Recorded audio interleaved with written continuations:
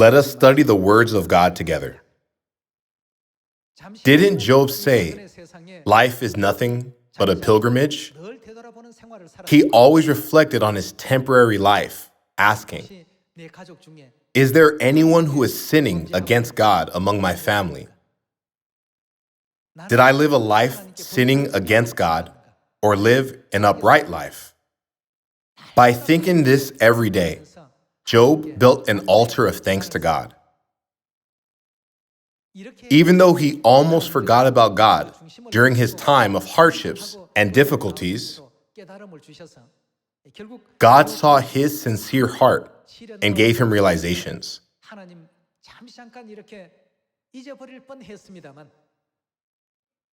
However, God asked Job, who made the heavens and the earth? Was it a man? Who gave the crocodiles their strength? Did you give them that? Did your friends give them that? Did politicians give them that? Who gave the horse his strong legs, that he doesn't get tired even after running tens or hundreds of miles in a day?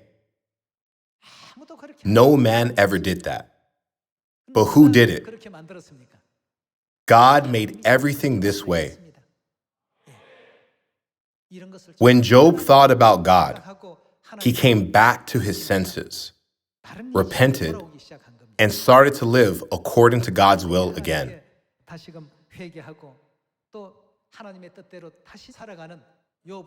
We can see that God guided Job to live more graciously for the rest of his life. Everyone, when we are tested and feel like we are forgetting something, it is because we are living our lives forgetting about God. We must remember God.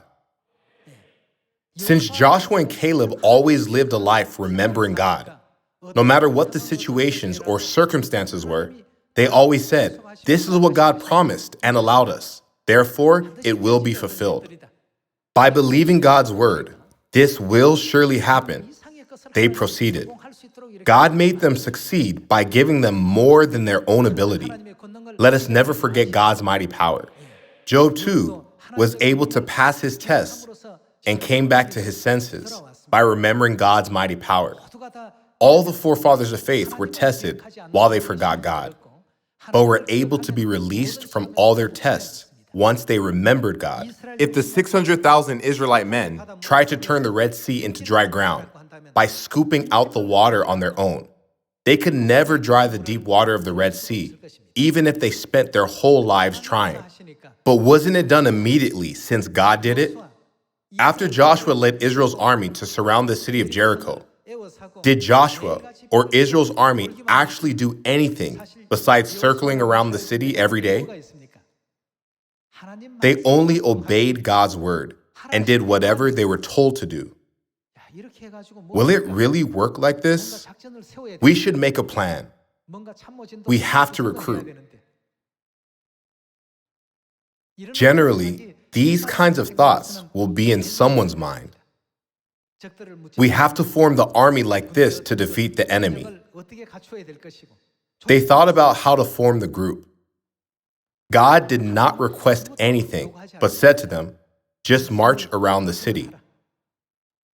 Since they absolutely believed in God's mighty power that controls the powerful universe, what did they say? We are God's people. God is with us. Do not worry. We will swallow them up. All power belongs to our God.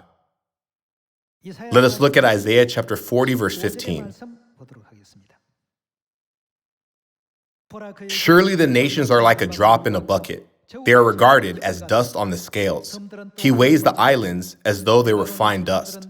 Lebanon is not sufficient for altar fires, nor its animals enough for burnt offerings. Before him, all the nations are as nothing. They are regarded by him as, how?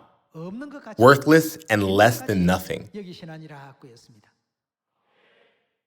To God, this whole world is like a drop in a bucket. They are regarded as small, as nothing. Since our viewpoint is from the earth, everything appears so big, and it seems like great people live on the earth. But once you look down from the viewpoint of the universe, it is nothing. After becoming an adult, a dragonfly looks around the pond that he once lived in with his wings wide open and realizes, oh my, I lived in such a place? I thought it was such a big world. Once he flaps his wings, he is already on the other side of the pond instantly. However, when he was young, he had to live in the water, where he thought the underwater world was so vast. But after going through the nymph stage and becoming an adult, it casts its skin and flies outside with its wings open. It thinks, is that really the world where I used to live? Was it that shabby? That's it? In the same way, when we view the earth from the viewpoint of the universe that is controlled by God, we can all realize that this earth is very small, like a dot. Let us all cheer up, thinking of our mighty God once again. To Elohim God, who created and governs the universe, and who created this earth where we live, let us give eternal glory and praise. Let us accomplish this gospel mission that Father and Mother entrusted to us with a new resolution and determination. I ask that we all become gracious and beautiful members of the heavenly family in Zion.